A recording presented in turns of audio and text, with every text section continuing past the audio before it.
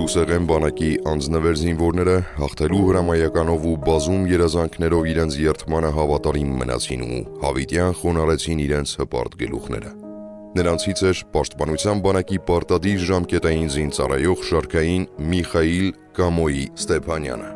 Ծնվել է 2002 թվականի հունվարի 21-ին Կրասնոդար երկրամասի Տիխորեսկ քաղաքում։ Նույն թվականին ընտանիքը վերադարձել է հայրենի Արցախ, իսկ 2004 թվականին բնակություն հաստատել Ստեփանակերտ քաղաքում։ Միխայիլ Ստեփանյանը մինչև 9-րդ դասարանը սովորել է Ստեփանակերտի Ալեքսանդր Գրիբոյեդովի անվան համար 3 հիմնական դպրոցում, այնուհետև Վիտալի Ջահանգիրյանի անվան համար 11 դպրոցի բնագիտական հոսքում։ Դպրոցն ավարտելուց հետո ընդունվել է Արցախի պետական համալսարանի բնագիտական ֆակուլտետի ինֆորմատիկա և կիրառական մաթեմատիկա բաժինը։ 2020 թվականին հուլիսի 6-ին զորակոչվել է Պաշտպանության բանակ և պարտադիր զինվորական ծառայության անցել Ջրականի զորամասում։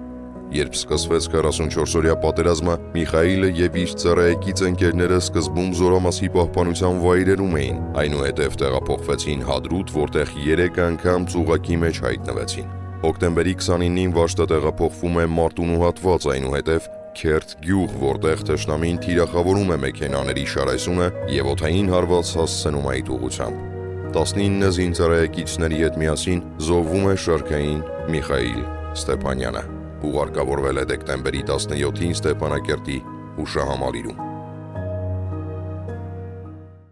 Միխայիլ Ստեփանյանը դեռ 8 ամսական էր, երբ ընտանիքը տեղափոխվում է Արցախ։ Սկզբում հանգրվանեցին Ճարտարում, այնուհետև Սոս գյուղում, որից հետո տեղափոխվեցին Ստեփանակերտ։ Նրա ուսումնառության տարիների մասին ուսուցիչները հիացմունքով են արտահայտվում։ Հաճախում էր Ստեփանակերտի Կոմիտասի անվան երաժշտական դպրոցի վոկալի խմբակ, որտեղ եւս մեծ տպավորություն է թողել դասատուների մոտ։ Միխայիլը սիրում էր նաև ֆուտբոլ։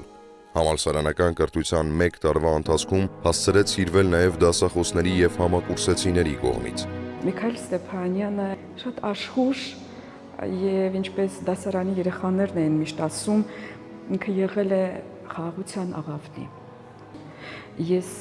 Միքայիլին չէի դասավանդում, ընդամենը ժամանակ առ ժամանակ որպես փոխարինող ուսուցիչ էի մտնում։ Մի անգամ այսպիսի մի դեպք եղավ, մտա դասարան, մինչև դասը սկսել մի անգամից աչքս զարնվեց այդ պատանին, գեղեցկադեմ, սիրունատես աչքերով եւ աչքերի գույնը մի անգամից ինձ զարմացրեց, ես ասեցի Միքայիլ տղա ջան, ինչքան սիրուն աչքեր ունեք, շատ նման է մեր Կապուտաչյա Վանաձովին, այսինքն ձեզանում ես իմ հայրենիքն եմ նաեւ վերագտնում։ Միքայելը նստում էր առաջին նստարանին հպարտ կեցվածքով, շատ խելոք, ուշիմ, կազմակերպված աշակերտ էր, լավ էր սովորում, բարձր առաջադիմությամբ, բոլոր առարկաները հավասարապես սիրում էր, ցանկացած միջոցառման ակտիվ մասնակիցներ։ Բազում են նրա կողմից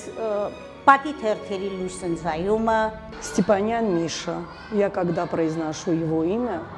я сразу вспоминаю годы, которые я преподавала Мише физику и его урок. А именно урок физики, на котором присутствовал Степанян Миша. Это был очень порядочный, очень ответственный, очень трудолюбивый мальчик и ученик. О нем можно говорить безгранично.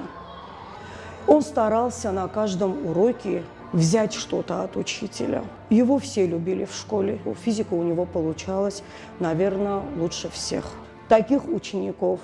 таких мальчиков сейчас я, как учитель физики, встретить могу только в единственном числе. Он был гордостью школы, гордостью этого класса. Моя первая встреча с ним состоялась так. Надо было готовиться к конкурсу любимые герои русских народных сказок. Я преподаю еще и русский язык, литературу. И мне надо было найти хорошего мальчика,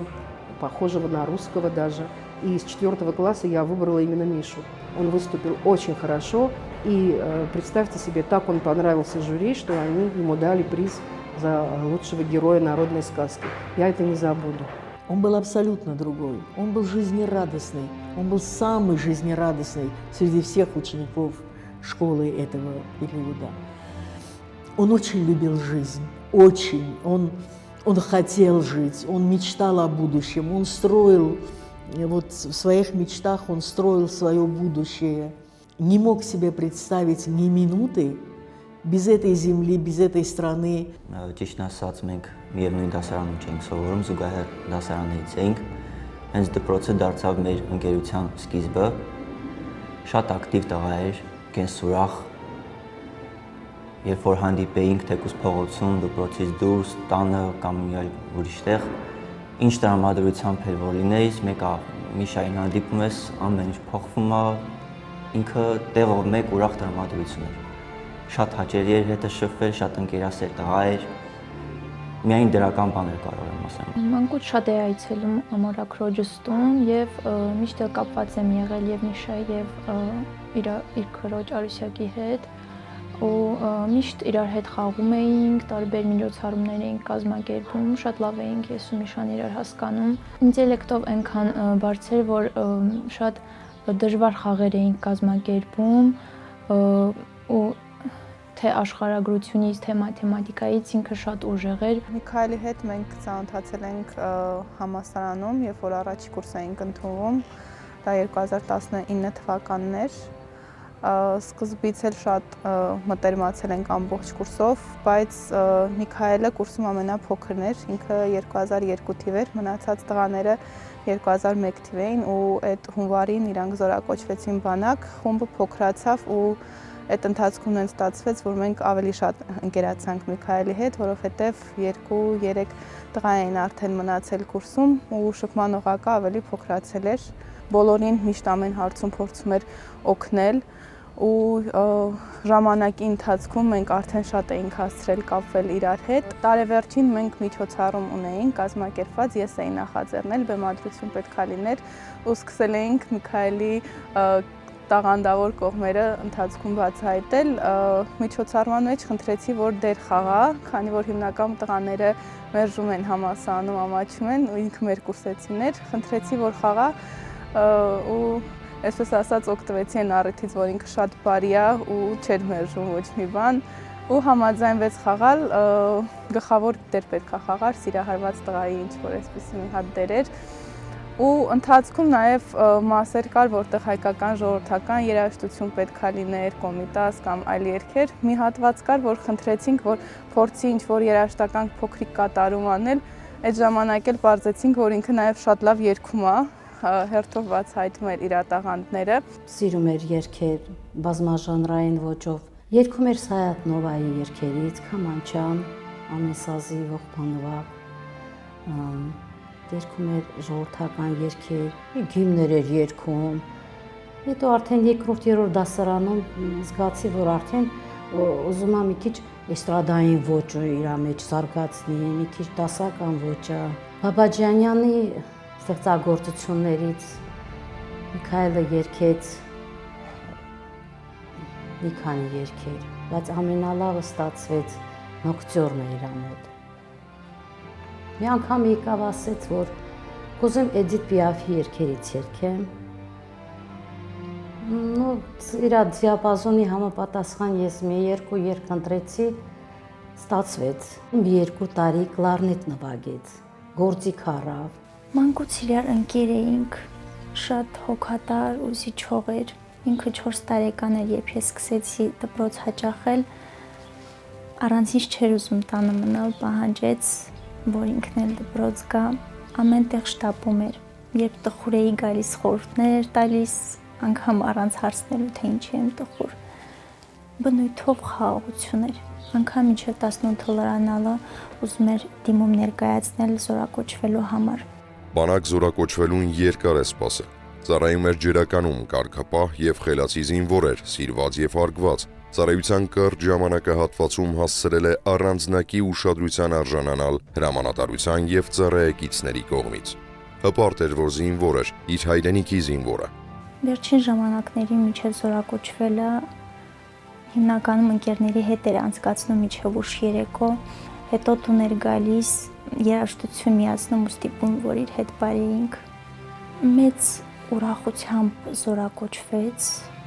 ու այնտեղից երբ զանգում էր, մեզնից էր շատ հարցնում, մեր առօրյայով էր հետաքրքրված, տատիկին էր շատ սիրում, տատիկի մասին էր միշտ հարցնում, բոլորից ինձ անդադ հարցնում էր ինչ նորություն կա, ինչ պատմելու ինչ կա, բոլորի հետ առանձին ուզում էր խոսել։ До службы и во время службы требовательным не был. Мы своего ребенка ничем не обижали, не обделяли. Умный, рассудительный, имел авторитет среди друзей. Ես որ երբ ծառայության անցա, ինքը հետագայում մենք այնպես ստացվեց նույն զորամասում սկսեցինք ծառայել, բայց ցավոք սրտի նա 2 թե 3 ամիս հասցրեց ծառայել, այնտեղ էլ շփվում էինք։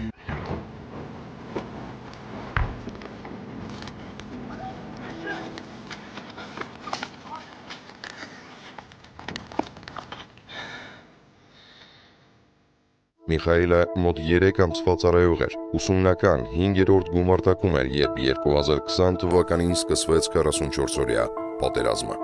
Միխայելը եւ իր ծառայեկից ընկերները սկզբում զորամասի պահպանության վայրերում էին պայքար մղում թշնամու դեմ։ Հոկտեմբերի 2-ից Հադրութի հատված տեղափոխվելով 3 անգամ ընկնում են շրջափակման մեջ եւ հրաշքով փրկվում։ Հոկտեմբերի 17-ին Միխայելն իր ծառայեկիցների հետ 200 կիլոմետր ոտքով ճամփա է կտրել եւ հասել Մարտունու հատված։ Կարմիր շուկայում էին, հետո մեքենաների շարեսունը շարժվել է դեպի Մարտունու շրջանի Քերտ գյուղ։ До войны, когда уже боевые действия начались, видел я его, да. Как обычно, возмужал, как и все ребята. В полном таком боевом духе, хоть и был молодой, 18 лет. Պատերազմի ժամանակ անգամ երբ խոսում էր, կարծես պատերազմ չլիներ, շատ ուրախ էր, աշխատում էր ամեն օր զանգել, ուրախ էր խոսում, այնքան ուրախ էր խոսում, որ մենք վստահ ենք, որ ինքը կփրկվի այդ պատերազմից։ Մշտապես կապի մեջ էինք, որովհետև մեր բոլոր կուրսընկերները գրեթե այդ ժամանակ պատերազմի դաշտում էին ու այսպես ասած աղջիկներով փորձում էինք չաթի միջոցով կապ պահել, ում հետ ենք խոսացել, որտեղ են, ինչ վիճակում են։ Պատերազմի ժամանակ կապ նորմալ չկար, ընդհանրապես տեղեկություն ոչ մի տեղից համարյա ոչ մի կերպ չէինք կարողանում իմանալ, Սարուշենում էինք, ես իրան տեսա այնտեղ, շատ պատահաբար, մեջքով կանգնած, մոտիկացա շփվեցինք, շատ չկարողացանք սկի շփվել, մի 5-6 րոպե, այնքան հարցեր ունեի իրան տալ, այնքան բան ունեի ասելու, ինքը ուղղակի այնքան ոգևորված էր, չթողեց նույնիսկ ես խոսայի։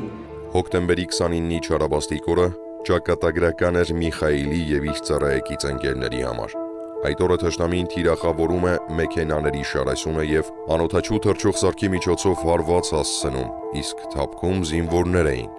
Հոկտեմբերի 29-ին Քերտ գյուղում զոհվում է շարքային Միխայել Ստեփանյանը, նրա հետ զոհվում են ծառայեկից ընկերներից 19 հոգի։ Նրանք հերոսացան հավիտյան մնալով զինվոր։ Դեկտեմբերի 14-ին նույնականացման թեստի արդյունքում հաստատվել է Միխայել Ստեփանյանի զոհվելու փաստը։ Ուղարկավորության արարողությունը տեղի է ունեցել դեկտեմբերի 17-ին Ստեփանակերտի հուշահամալիրում։ Տղան ինչքան երազանքներ ուներ կապված ընտանիքի, հարազատների, ծնողների հետ, որովհետև նրա հեռանալով ոչ միայն որփացավ նրա ընտանիքը, դատարկվեց նրանց տունը, այլ նաև մենք ինքներս, մեր հասարակությունը, մեր ճակատագիրը, Արցախի վաղվա օրը մեր կացավ։ Նրա անցած 44 օրը այդ պատերազմի դաժան օրերը մի իսկական հերոսապատում է, ինչպես կարելի է պատկերացնել 18 տարեկան լրացած պատանի երիտասարդ քույրը մի առիթով պատմում է, ինձ ասում է, վերջին անգամ, երբ հոկտեմբերի 17-ն էր, Միքայելը զանգեց, նա ասեց, որ ուշ չէ մեր հանդիպման օրը, շուտով մենք կհանդիպենք եւ այլն, որովհետեւ հեռախոսազրույցը ինքը շատ կարոտով լցված է եղել եւ քրոջը հանգստացնելու համար նա ասաց, որ մենք կհանդիպենք եւ նույնիսկ օրը նշեց, դեկտեմբերի 17-ն էր լինելու եւ հետագայում ինչպես մենք տեղեկացվեցինք, հենց դեկտեմբերի 17-ին էլ Միքայել Ստեփանյանը հանձնվեց հայոց հողին։ Երբ իրենից տեղեկություն չունեինք, ես գնում էի եկեղեցի ու լացում էի, ուղղակի լացում էի, չգիտեի ինչ անեի ու ես զգացի այդ պահը, որ ինքը կարծես ձեռքը դրեց ուսիս ու ասեց, որ ամեն ինչ լավ կլինի, ես լավ եմ։ Երբ ես դա զգացի, կարծես թե հասկացա, որ միգուցե նա չկա, ողջ չէ, որովհետև մտածեցի ինչպես կարող է պատերազմում լավ լինել։ Այդ զգացողությունը մինչև հիմա չեմ կարողանում մոռանալ։ Հիմա էլ երբ իր հետ խոսում եմ, նկարին նայելով կամ առանց դրա զգում եմ իր կարծես տեսնում եմ իր այդ ժպտացող հայացքը, որ ամեն ինչ լավ է, ամեն ինչ լավ է լինելու, որ իր տեղը լավ է։ Վերջին անգամ էլ երբ ինձ հետ խոսեց, ասեց տղայի տանունը Միշա կդնես, մենք էլ ջղայնացանք, թե ինչի ես այդպես ասում, չէ որ ամեն ինչ լավ է, դու էլ ուրախ ես։ Իմ հետ իր վերջին խոսակցությունն էր։ Միայն դրանից հետո մայրիկի հետ խոսեց։ Վերջին խոսքը իրար սեր խոստովանելն էր մայրիկի հետ։ Անդադ ասում էր, որ շուտով ամեն ինչ կավարտվի եւ մենք կհանդիպենք ու ասում էր, որ իմ հաշվարկներով դեկտեմբերի 17-ին կհանդիպենք։ Мы, учителя, очень были потрясены смертью наших мальчиков. Ушли именно лучшие, и это было ужасно. Очень жаль, что мы их оплакиваем и сегодня. Очень жаль, что их нет. Очень жаль, что их судьба буквально разорвана в клочья, что они не успели очень многое. Им бы жить, творить, создавать, созидать, жениться, иметь семьи. Получилось так. Проклятая война, унесшая столько жизней. Իրա մասին հիշելույս, իրա մասին մտածելիս միայն լավ ու բարի մտքեր են գալիս։ Երբ որ դասի են գալիս պատերազմից հետո, դու գիտես, որ ինքը արդեն ֆիզիկապես քեզ հետ չի, բայց անընդհատ կարծես թե համասային տարածքում փնտրում էինք իրեն, հաճախ ենք այցելում նրա գերեզմանին, բոլորիս համար իրական շատ դժվար է, մեր ուսանողական նկարներում, մեր վիդեոներում ամենտեղ ինքը կա, ինքը մեզ հետ է, մեր կողքին է ու շարունակելու է մեզ հետ լինել միշտ։ Ընտանիքում երկու երեխա էին, տղա եւ աղջիկ։ Երեխաներից ավագը քույրն է, Արուսյակը, ով սովորում է Արցախի պետական համալսարանի ռուսաց լեզվի եւ գրականության բաժնի մագիստրատուրայի երկրորդ կուրսում։ Նրա միակ հույսն ու լույսն էր եղբայրը՝ Միխայիլը։ Անչափ կարոտում է եղբորը, կարծես մղձավանջ լինի կատարվածը։ Հիմա էլ երբ խոսում եմ իրենից կամ իր հետ խոսում եմ, զգում եմ այդ խաղաղ, հանգիստ հայացքը։ Հիմա ես երբ ինչ-որ մի բան եմ ձեռնարկում, մտածում եմ այնպես անեմ, որ Միշային հաճելի լինի, մտածում եմ ինչ կասեր Միշան։ Բոլոր անմահացածների հարազատներին համբերություն եմ ցանկանում։ Մենք բոլորս պետք է ապրենք իրենց անունը անմահացնելու համար։ Արուսյակի հեղինակած նկարը որպես հուշ, որպես պատկեր, եղբոր խոսուն հայացքն է անմահացնում։ Միխայելի մայրը, միակ որդուն կորցրած տիկին Արինան, ցավից խոսք անգամ ի վիճակի չէր արտաբերել։ Իսկ հայրը, Կամո Ստեփանյանը, դժվարությամբ է խոսում որդու մասին, շատ անգամ նախընտրելով լռել։ Կամո Ստեփանյանը որդուն կոչել է հոր պատվին Միխայիլ։ Մեծ նպատակներ ուներ որդու հետ կապված։ Ծառայությունն ավարտելուց հետո մտադիր էին ի կատարածել դրանք։ Ստեփանակերտի Ալեքսանդր Գրիբոյեդովի անվան համար 3 հիմնական դպրոցի парքի անկյան հուշավահանակից մեզ նայող քաջորդիվ տղաների շարքում է Միխայիլ Ստեփանյանը։ Սա սովորական հուշատախտակ չէ, այլ մի դասարան է, որտեղ հավաքվել են պատմության քննությունը հանձնած երեխաները։ Իրենց պարտկա հայրենիքի համար նրանք կատարեցին լիովին։ Նայելով Միշայի աչքերին, ես միանգամից տեսնում եմ երկինք, կապույտ երկինք, ուր նա տեղափոխվել է։ Ինքը արիացավ եւ նրա արյան գնով մենք շարունակում ենք ապրել, գործել, կրթել եւ նրանց կյանքը, նրանց սխրանքը մեզ ցույց է տալիս, թե ինչպես պետք է մենք շարունակենք դաստիարակել մեր տղաներին, չկոտրել նրանց կամքը։ Խորը ցավով ու կսկիծով գլուխ ենք խոնարհում Արցախյան բոլոր պատերազմներում զոհված մեր հերոսների սուրբ հիշատակի առջև։ Մենք ուսուցիչներս բազում երիտասարդ, խելոք, ուշիմ, սաների այլևս կորցրինք եւ նրանց այդ սխրանքը ընդմիշտ կմնա մեր հիշողության մեջ։ Мы никогда не забудем ни одного ученика, которого мы потеряли в этой проклятой войне. Тем более в этой войне я, как учитель физики, потеряла самых лучших наших учеников мы потеряли. Говорить о смерти ученика, который отдал свою жизнь, очень трудно. Но мы должны, я думаю, говорить, мы должны вспоминать все, что мы знаем о нем, чтобы оставить нашим потомкам. Что у нас были вот такие дети. Миша, он был другой. Вот здесь его одноклассники, друзья сидят. Я слов не нахожу. Ребят, которые должны были еще жить, творить, создавать. Без них очень тяжело жить. Вечная слава вам, ребята. Мы склоняем головы перед вашей памятью. Мы о вас рассказываем. Мы помним, скорбим. Այսօր մեր տղաների մեկ շատ ափսոսանքով եք հիշում եւ նրանց մեր մատյաներից բացակայ չեք դնում։ Ստեփանակերտի Կոմիտասի անվան երաժշտական դպրոցի վոկալի դասասենյակներից մեկում եւս կարելի է գտնել Միխայելի եւ դպրոցի մյուս զոհված սաների խնամքով դասավորված լուսանկարները։ Հակառակորդի սանձազերծած լայնածավալ ռազմական գործողությունների ընթացքում Արցախի հանրապետության պետական սահմանապաշտպաններից ցուցաբերած քաջության եւ վարիության համար Արցախի հանրապետության նախագահի հրամանագրով Պաշտպանության բանակի թիվ 59703 զորամասի զինծառայող Շարքային Միխայիլ Կամոյի Ստեփանյանը հետմահու պարգևատրվել է մարտական ծառայություն եւ արիության համար մեդալով։ Ստեփանակերտի Վիտալի Ջահանգիրյանի անվան համար 11 դպրոցը միշտ հիշում եւ անմար է պահում դպրոցի շրջանավարտների հիշատակը։ Դպրոցի նախասրահի парքի անկյունը լուսավորում է նաեւ Միխայելի նկարը։ Այս պատերազմը մեզանից խլեց անկախության սերունդի տղաներին, այն տղաներին, ովքեր ծնվել էին խաղաղության ու երջանիկ ապրելու համար։ Ազատ ու անկախ Արցախում ապրելու համար։ Դրանք այն տղաներն են, ովքեր իրենց հայրերի ու պապերից ժառանգություն թողած անկախ Արցախում գեղեցիկ ծրագրեր, հեռագնա նպատակներ են կանխորոշել իրենց համար եւ դրանք այն հերոսացած տղաներն են, ովքեր այս հողի համար, այս հայրենիքի համար պատրաստ են եղել ոչ միայն հոգեբանորեն, բարոյապես ծառայելու,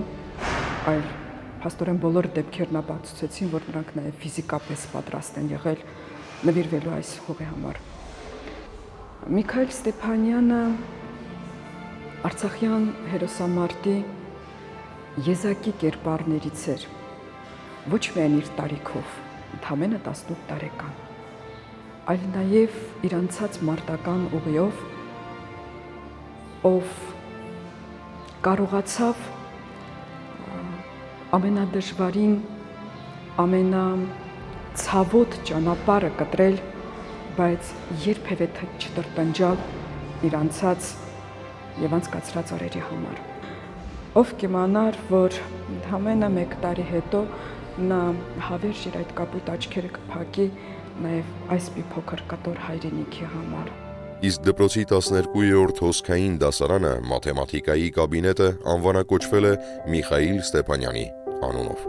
Եվ այդ անունը ու բոլոր քաջերի անունները պիտի պարտավորեցնեն գալիք սերնդին դասերակվելու որպես հայրենիքի արժանի զավակներ։ Հպարտ եւ ժպտուն հայացքով Միխայիլը եւ իր ծառայակիցները անձնվեր կռվեցին եւ անմահացան, համալրելով Արցախյան բոլոր պատերազմներում մարտիրոսված հազարավոր քաջորդիների լուսեղեն բանակը։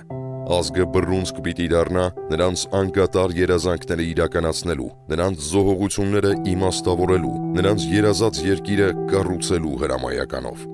Խոնարհվում ենք Միխայիլ ծնած եւ սնած ծնողների առաջ։ Խոնարհվում ենք պատերազմում մարտնչած Միքայելների շիրիմների առաջ։ Փառք հայրենիքի համար իրենց կյանքը զոհած բոլոր հերոսներին։ Խոնարհվում ենք